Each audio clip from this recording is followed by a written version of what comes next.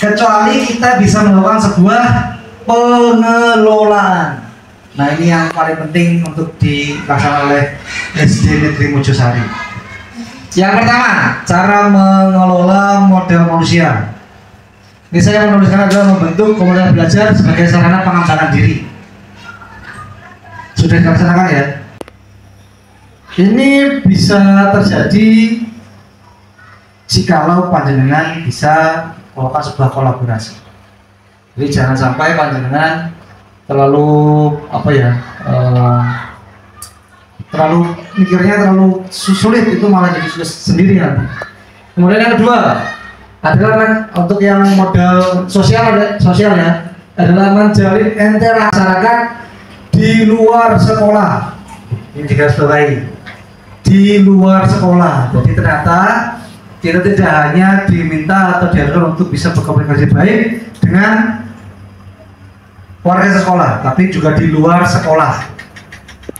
Tadi saya sampaikan adalah bahwa nanti kita punya tokoh masyarakat, kita punya beta daerah dan sebagainya.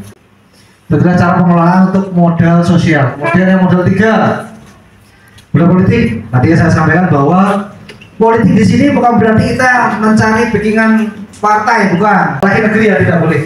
Kecuali yayasan. Karena yayasan itu biasanya pendirinya basisnya adalah organisasi.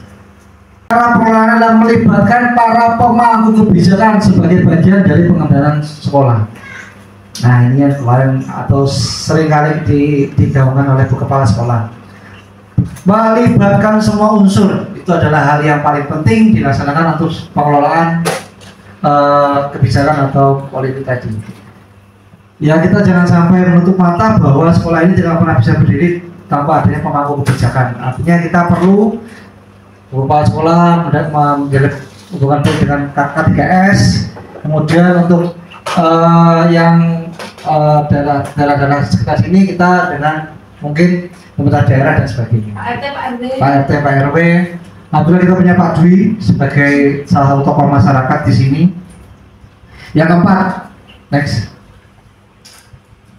Cara pengelolaan sumber daya modal keempat. Nah, kita punya tadi saya sampaikan di sini kita berbasis negeri, artinya kita punya keanekaragaman agama dan budaya. Nah, kita yang saya ambil adalah kita mengakomodasi adanya keberagaman agama. Jadi keberagaman agama jangan sampai menjadi sebuah hambatan, tapi kita akomodir bagaimana itu bisa menjadi sarana pengembangan sekolah kita. Artinya mungkin kita bisa ketika ada hari besar atau ada kegiatan agama kita saling mendorong. Kemudian yang selanjutnya adalah turut melestarikan budaya di sekolah tersebut. Jadi kalau ada budaya tadi disampaikan ada angklung, termasuk itu bibinya Bu Erna dan yang lainnya, tari Bu Fi dan lainnya, pramuka Pak Hansa dan lainnya. Kemudian tadi apa lagi? Hadrah Bu Aminah, terima kasih. Harap dilanjutkan lagi. Kemudian yang kelima adalah sumber daya fisik. Nah, kita punya tadi berbagai macam fisik sekolah. Nah, cara mengelolanya adalah merekap. Ini yang menjadi urutannya ya. Dimulai dari merekap, mendata, merekap data apa bedanya? Kalau merekap itu kita kita menuliskan apa yang ada. Nah, mendata itu kita mengakomodirnya. Artinya kita plot-plotkan. Kemudian merawat aset yang dimiliki sekolah. Ingat, merawat bukan tugasnya depan, itu seringkali disebutkan oleh kepala sekolah. Tugas merawat adalah bukan hanya tugas dari Pak Dwi atau tenaga pendidikan di sini. Yang keenam adalah untuk modal keenam adalah modal sebagai lingkungan. Kita punya tadi berbagai macam, terakhir adalah kebun sekolah.